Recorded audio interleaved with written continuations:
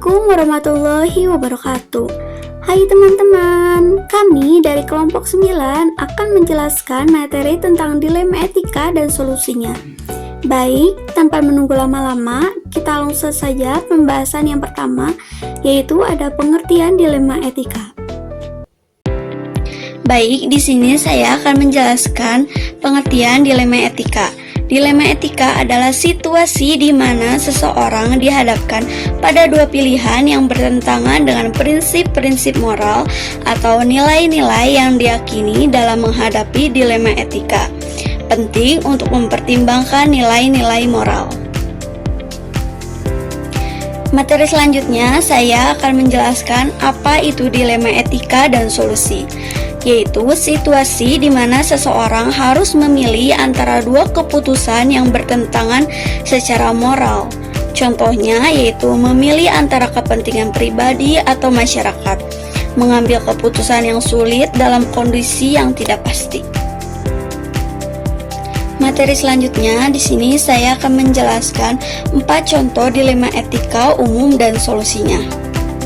Pertama, dilema etika dalam mengambil keputusan medis, konflik antara menjaga otonomi pasien dan prinsip non-malefikasi.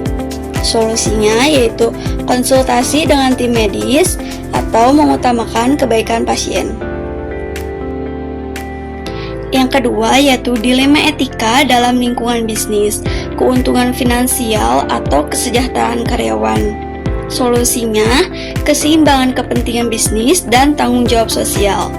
Ketiga, etika dalam penelitian ilmiah, manipulasi data untuk kepentingan tertentu. Solusinya yaitu transparansi dan integritas.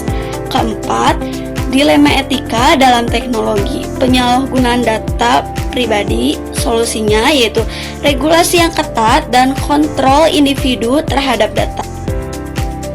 Baik, selanjutnya di sini saya akan menjelaskan 4 rintangan yang mungkin dihadapi dalam dilema etika. Yang pertama yaitu ada kompleksitas situasi. Tidak ada solusi yang sepenuhnya benar atau salah.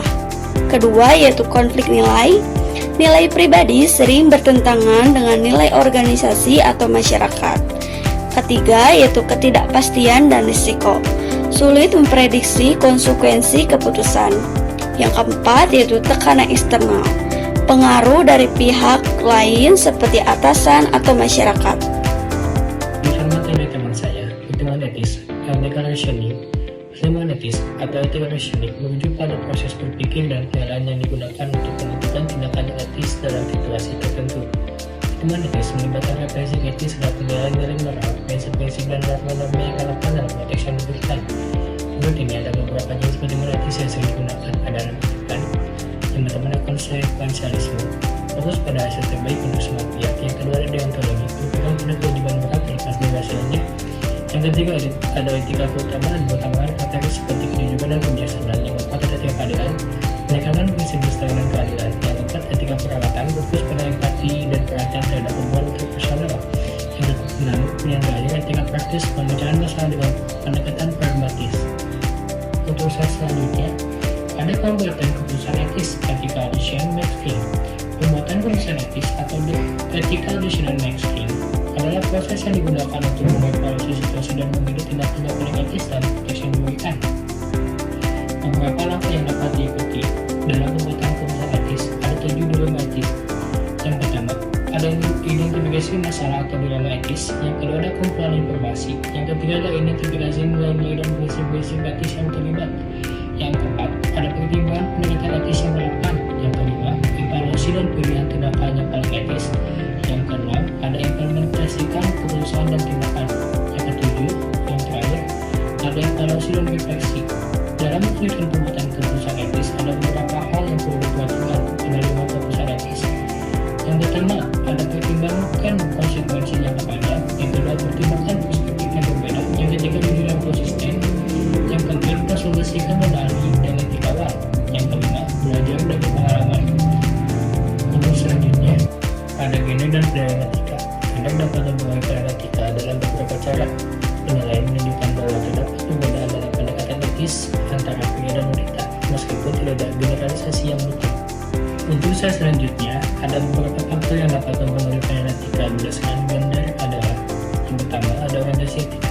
Wanita lebih fokus pada empati hubungan personal. Yang kedua, ada pendekatan konflik. Wanita cenderung kolaboratif dan lebih kompetitif. Yang ketiga, ada perhatian terhadap hubungan sosial. Wanita lebih peduli terhadap dampak sosial keputusan. Yang keempat, ada perspektif dan pengalaman. Pengalaman hidup mengambil sensitivitas terhadap isu etis.